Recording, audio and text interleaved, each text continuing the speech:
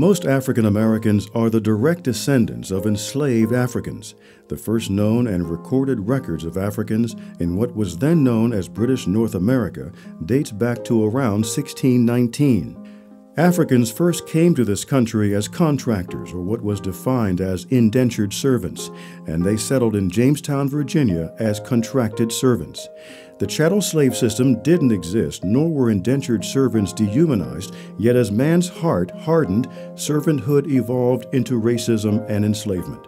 This contrived lie of superiority, the deception of racism, became the poor white man's badge of honor and served as a front to the true intent of a select few, whose goal was to acquire wealth and world dominance. In truth, there is only one race, the human race. And so, indentured African servants became permanent slaves, and the chattel slave system became an unimaginable nightmare of death and propaganda, of trickery and of theft.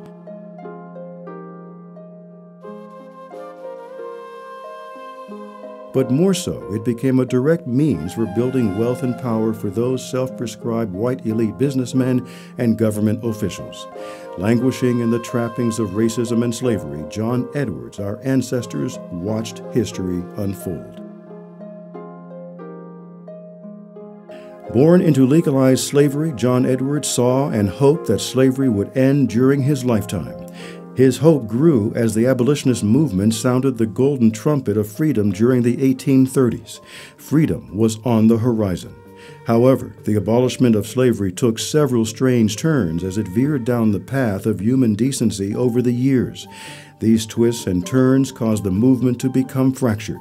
Free the slave, the cry went forth. However, these various factions of abolitionists were still yet debating and murdering each other over the notion of freeing the African. The controversy swirled around not just freeing the slave, but how they would free the slave. In other words, what rights would they offer to this newly freed African in the United States?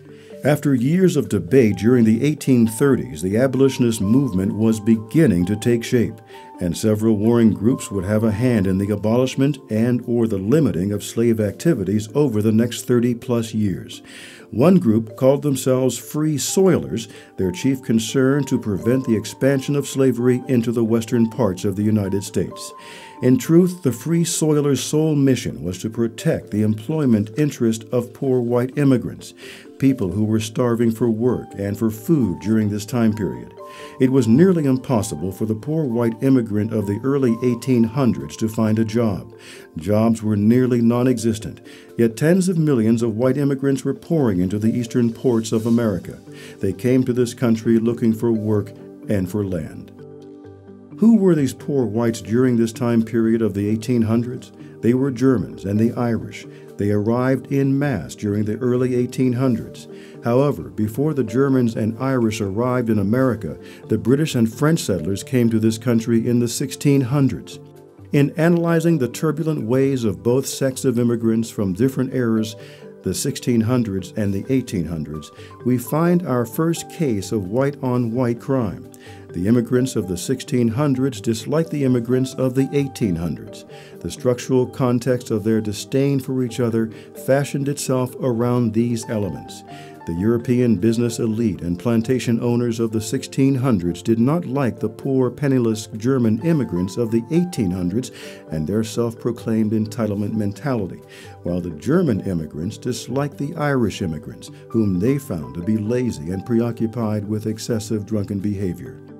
In the late 1800s, more immigrants would seek freedom in America. These immigrants were Czechs, Polish, Russians, Serbs, and also a few other small nationalities. They all bombarded America's shoreline, and these latecomers would align themselves with the viewpoints of the Free Soilers. The Free Soilers were mainly the Germans and Irish population. Their chief concern was not allowing slavery into the western parts of the United States. These groups of white immigrants from these different eras clashed politically, socially, economically, and they openly exuded the hateful overtones of classism, ethnic prejudices, and cultural biases towards one another, producing the ugly fiber of white-on-white crime. John Edwards and your ancestors watched and waited patiently, prayerfully, for the dust of injustice to settle.